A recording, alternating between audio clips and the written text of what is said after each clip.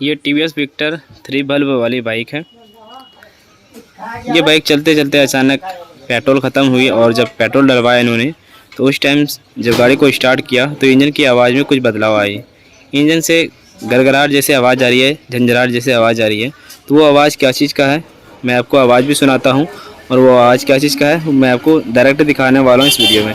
मैं हूँ कासिम मोटो झारखंड गोडानरी से, आप देख रहे हैं कासिम मोटो यूट्यूब चैनल। चलिए वीडियो को हम शुरू करते हैं। सबसे पहले मैं गाड़ी को स्टार्ट करके इसके इंजन का आवाज़ सुनाता हूँ। मैं यहाँ से गाड़ी को स्टार्ट करूँगा और इंजन की आवाज़ सुनाता हूँ।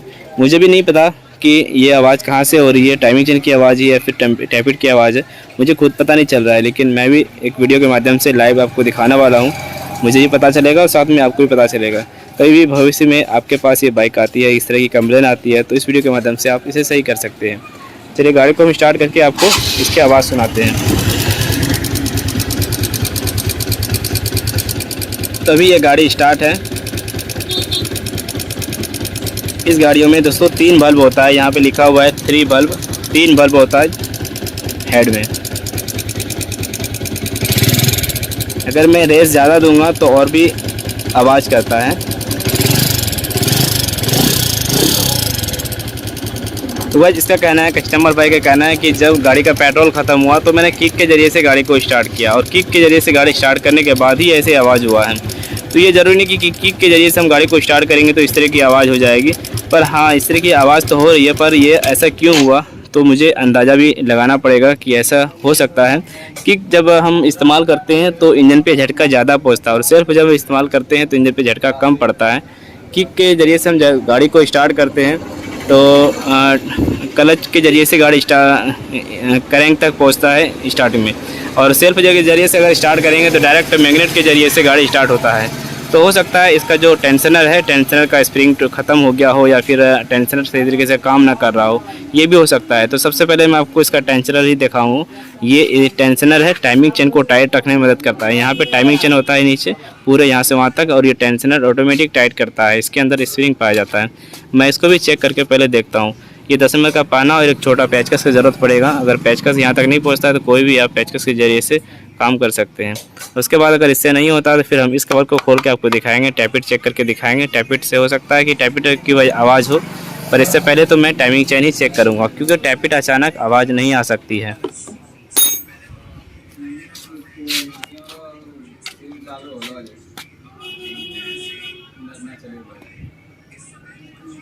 इस तरीके से छोटा पेचकस लेना है आपको, अगर इसमें पाता है तो ठीक है, वरना आप कोई भी स्पोक का पेचकस बना सकते हैं। देखिए ये इस पेचकस पा गया है और हम गाड़ी को स्टार्ट करेंगे।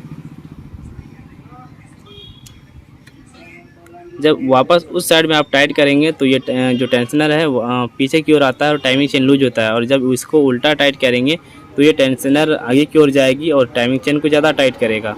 हमारा स्टार्ट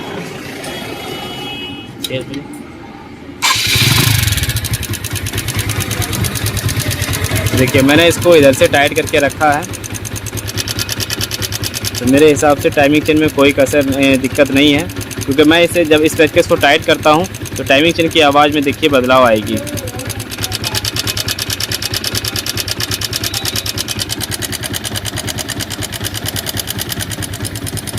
दोस्तों इससे पता चलता है कि टाइमिंग चेन में कोई आवाज़ नहीं है। अब मुझे इसका टैपिट खोलना पड़ेगा, इसका कवर खोलना पड़ेगा।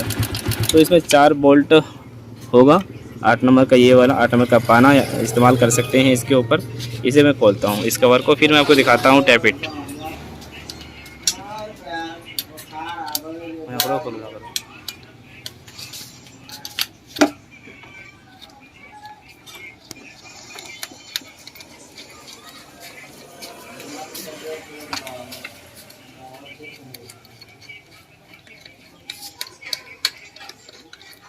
दो बोल्ट लेफ़्ट साइड में होगा और 2 बोल्ट राइट साइड में। ये 2 बोल्ट यहाँ पे है, ये दोनों खोलना है, और ये कवर इधर या फिर उधर जिधर चाहे आप निकाल सकते हैं, जिधर आराम हो।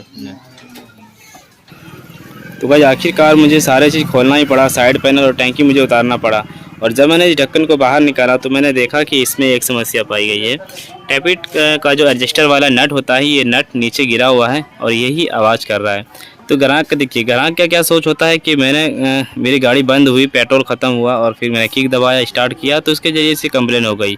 तो दोस्तों ऐसा नहीं कि किक दबाने से ही ये कंप्लेन इसकी आई। तो ये कंप्लेन जो है ये पहले से ही मतलब इसका जो एडजस्टर है किसी ने इसको एडजस्ट किया होगा, लूज किया होगा, या फिर हो सकता है कि कंपनी की तरफ से हो। गाड़ी ज़्यादा तो चली नहीं है अभी। चाबी देखिए।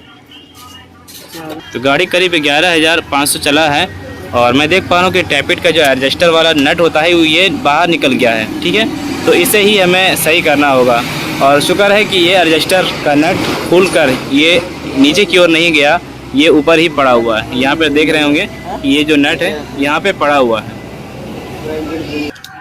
तो ये एडजस्टर का टैपिट एडजस्टर का नट है और ये नट दोस्तों खुल चुका है और इसी की वजह से ये आवाज़ कर रहा है। तो देख सकते हैं ये एडजस्टर बल्ब से नहीं जुड़ा हुआ है, इसी वजह से ये आवाज़ कर रहा है। तो अब मुझे इसे टाइट करना होगा।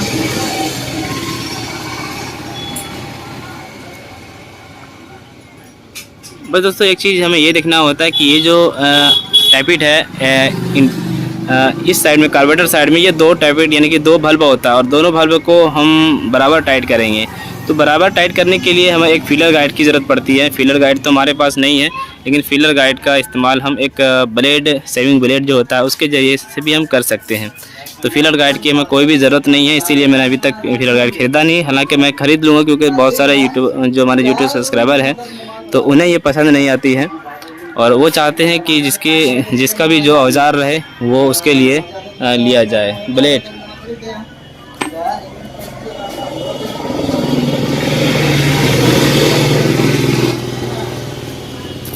पकड़ मोबाइल, तो पकड़ मोबाइल। तो हम क्या करेंगे, इस ब्लेड को लगाएंगे नीचे। इस ब्लेड को हमें लगाना है, बस इतना ही हमें टाइट करना है। ये मैंने लगा दिया। अब ऊपर से हम नट को टाइट करेंगे। तो इससे पहले दोस्तों हमें इसका जो टाइमिंग है वो टाइमिंग भी मिलाना होगा। रोक, तो सबसे पहले टाइमिंग मिलाना होगा। ये जो टाइमिंग है यहाँ देखना समझ दे भाई, ये टाइमिंग चेन का जो स्पॉकेट है ये हमें टाइमिंग पे ले जाना है।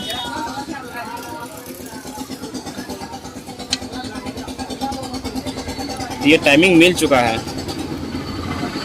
तो इस साइड का टैपिट प्ले है, इस साइड का जो रोकर है वो प्ले है। तो इससे पता चलता है कि टाइमिंग यहाँ पे मिल चुका है।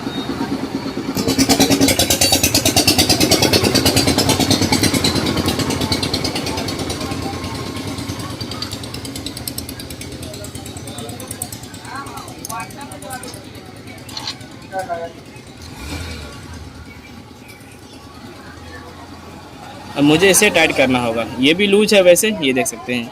अगर ये वाला टाइट होता तो ये भी टाइट रहता। ये लूज है, उधर का लूज है, इधर का जो मिला हुआ है मैं आपको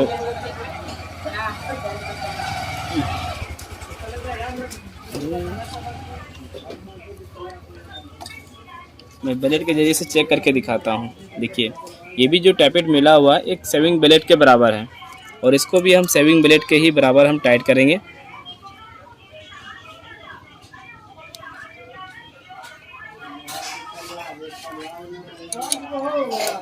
नौ नंबर पाना रख।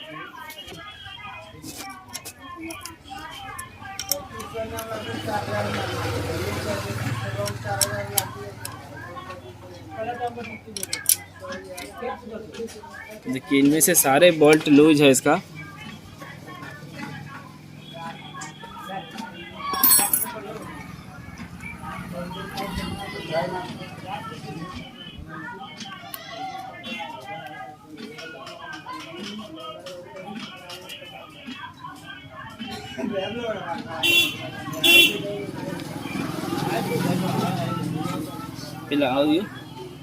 क्लास बेटा की बोल रहे हो?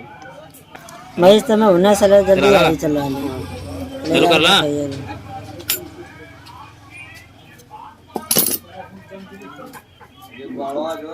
तो गाइस मैं बार बार कहना चाहूँगा फीलर गाइड की ज़रूरत नहीं है आपको। बाकी अगर आप कहते हैं तो मैं ज़रूर लूँगा। इसके लिए थोड़ा समय लगेगा क्योंकि मुझे और भी औजार की ज़रूरत है। साथ में ही मैं किसी शॉप के ज़रिए से लेना चाहता हूँ। ऑनलाइन काफ़ी ज़्यादा प्राइस रहता है।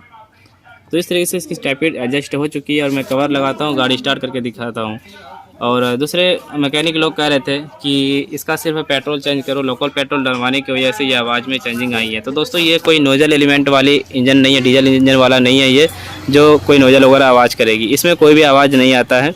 और अगर पेट्रोल भी अगर गलत सलत रहे तो पेट्रोल का ऐसा कोई आवाज़ नहीं आता है, ठीक है। तो इससे ये कन्फ्यूजन में ना रहें। अगर ये कन्फ्यूजन में ये कस्टमर भाई अगर रहते तो अब तक थोड़ी दिन के बाद ये फिर समस्या बढ़ सकती थी। धीरे धीरे ये वाला जो बोल्ट है, हो सकता है किसी भी तरीके से वो बोल्ट नीचे गिरे, या फिर अगर ये ना गिरे तो यही बोल्ट बाहर निकल जाता, तो इसके वजह से फिर नुकसान हो सकता था, है ना। चलिए गाड़ी को मैं फिर से स्टार्ट करता हूँ ये कवर लगा के। अब मैं गाड़ी को स्टार्ट करता हूँ। किक मार, किक मार।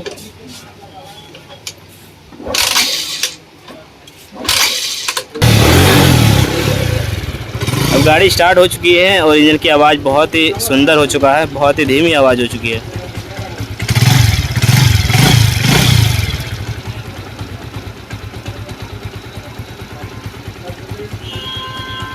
चलो इसके बाद मैं छोटा सा क्लिप में शुरू का भी आवाज़ सुना देता हूँ।